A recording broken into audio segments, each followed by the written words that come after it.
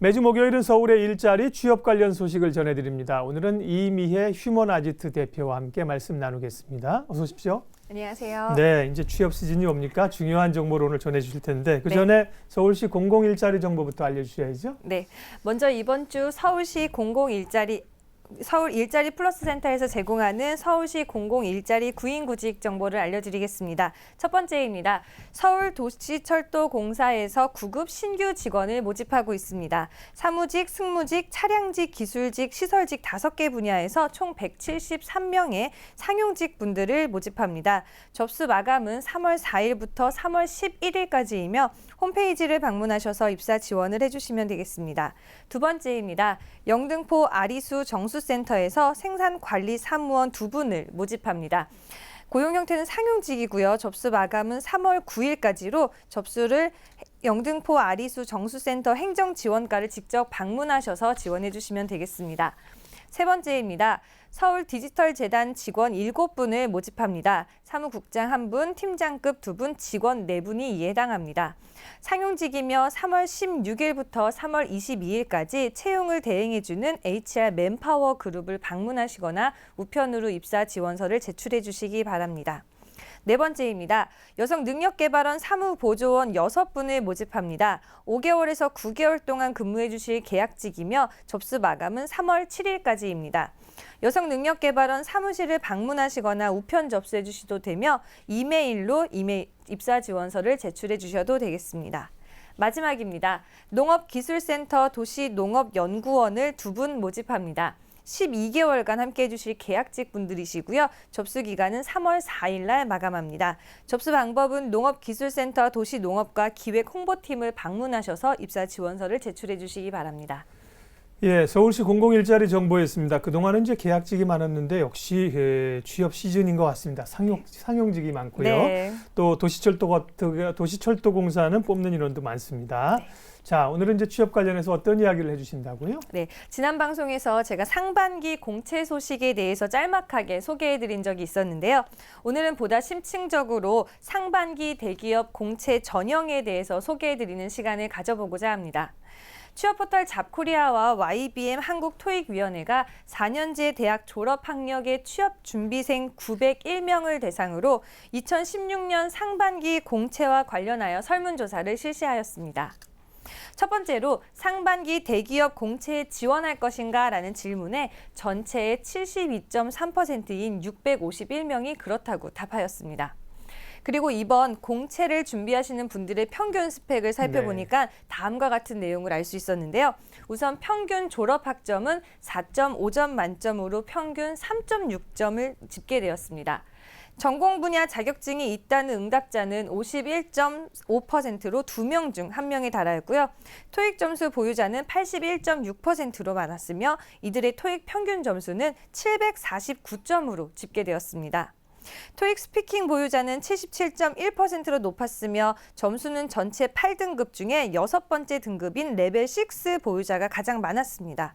오픽 보유자는 47.5%였으며 점수는 전체 9등급 중 2번째 등급인 IH와 4번째 등급인 IM2 등급 보유자가 가장 많았습니다. 그 다음에 나온 내용이 바로 살펴봐야 될 중요한 내용인데요. 직무 중심 채용에 대해서 준비와 계획을 하고 있는가라는 질문에 50.7%의 절반가량이 현재 준비를 하고 있다라고 답하였습니다. 준비하고 있는 내용으로는 전공 서적을 통해서 전문 용어를 암기하거나 직무 분야의 인턴십이나 대외 활동을 했다라는 답변이 가장 많았으며 그 외에는 취업하고 싶은 기업의 뉴스 기사 등 최근의 정보를 찾아보거나 직무 분야에 대해서 공부하는 직무 스터디를 했다라는 답변이 상대적으로 높았습니다. 소개해 주신 것처럼 스펙들이 대단합니다. 네, 맞습니다. 그러게요. 취업하려는 분들이 이렇게 많은데 그리고 이제 상반기 공채 연결기가 뜨겁다 보니까 이제 좋은 기업들은 많이 몰리잖아요. 구직자들이. 구직자분들이 특별히 좀 선호하는, 가고 싶어 하는 기업은 어딘가요? 네, 같은 분들을 대상으로 하여서 설문조사를 또 한 번 실시했는데요. 어떤 기업을 목표로 하는가라는 질문에 CJ그룹이 57.1%로 가장 높은 선택을 받았고요. 그 다음으로는 SK그룹, 삼성그룹, LG그룹 순으로 나타났습니다. 또 다른 조사에서도 비슷한 결과를 살펴볼 수가 있었는데요. 바로 20대 대학생들에게 가장 인기 있는 국내 그룹사와 그 이유에 대한 설문조사였습니다. 20대 대학생들이 가장 입사를 선호하는 기업은 바로 CJ그룹으로 561표로 21.39%로 1위를 차지하였으며 이어서 삼성그룹과 현대그룹은 각각 19.18%, 17.3%를 받으며 2, 3위에 올랐습니다. 해당 그룹을 선호하는 이유로는 기업의 비전과 성장 가능성, 그리고 높은 연봉, 우수한 복리후생 등이라는 것을 그 설문조사에서 같이 알 수 있었습니다. 네, 삼성, 현대차 그룹 이런 것들이 수위에 있는데 CJ그룹이 1위에 올라가 있는 게 좀 눈에 띄고요. 네. 특징적이고요. 자, 그러면 오늘은 이제 뭐 그런 동향도 중요하지만 기업별 공채 일정 전형을 정보를 알려주실 거니까요. 기업별로 좀 보겠습니다. 네.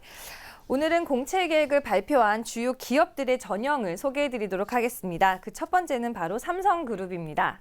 삼성그룹의 채용은 3월 11일부터 상반기 공채가 시작됩니다. 채용의 일정은 3월 11일 금요일부터 3월 20일 일요일까지 10일간 진행되고요. 채용의 규모는 12,000명 정도의 수준을 채용한다고 합니다. 채용의 절차는 직무 적합성 평가, 삼성 직무 적성 검사, 그다음 실무 면접, 창의성 면접, 임원 면접으로 진행됩니다. 단 삼성전자 지원자 중에 소프트웨어 개발 인력에 해당하는 S직군은 직무 적성 검사인 GSAT 대신 소프트웨어 역량 테스트를 치르게 됩니다. 지원 자격을 살펴보겠습니다. 지원 자격의 첫 번째는 2015년 하반기부터 기존 학점 제한 폐지 및 직무 적합성 평가가 도입된 관계로 직무 적합성 평가를 통과해야만 GSAT 응시 기회를 부여받을 수 있습니다.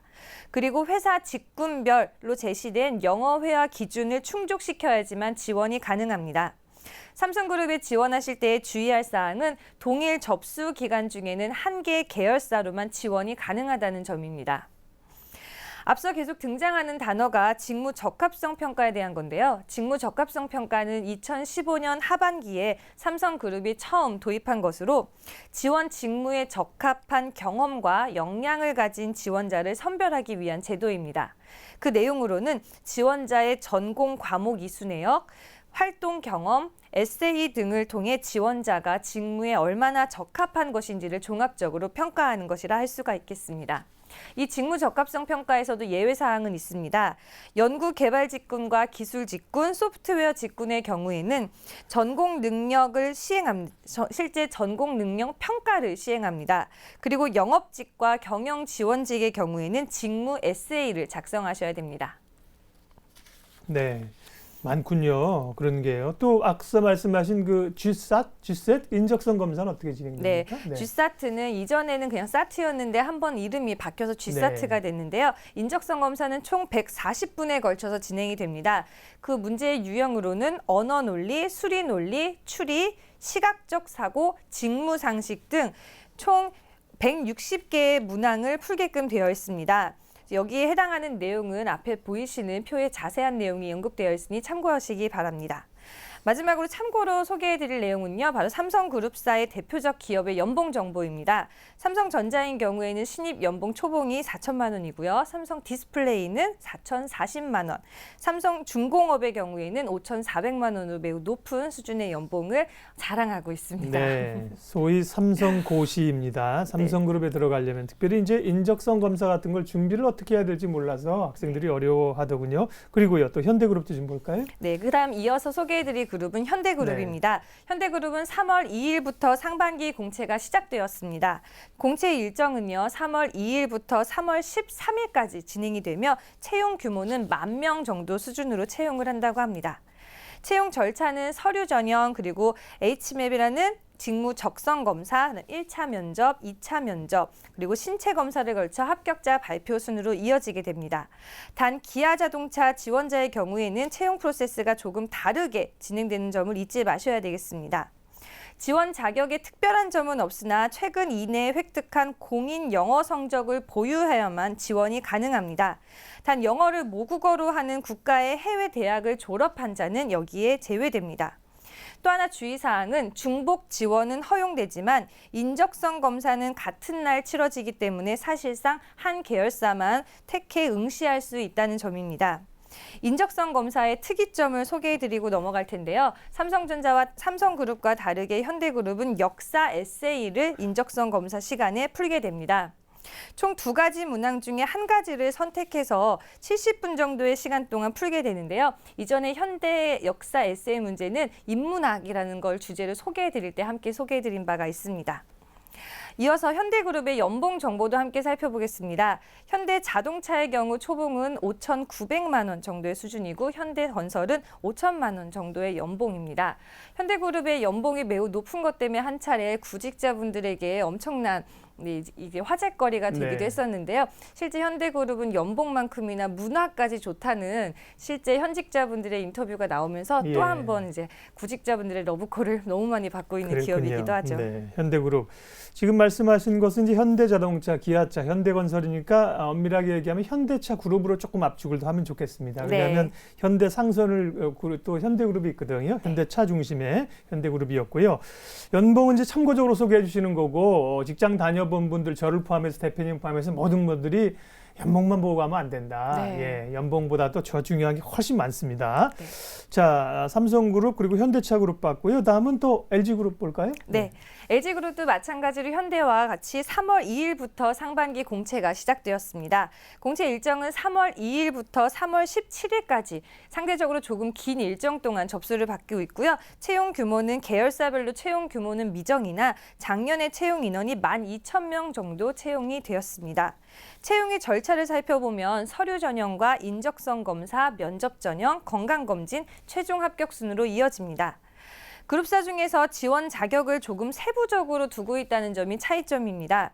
2016년 졸업 예정자가 해당이 되며 학점은 3.0 이상의 학점자, 토익 성적은 800점 이상, 그리고 거기에 해당하는 토익 스피킹과 오픽의 점수도 따로 명시를 해두고 있습니다.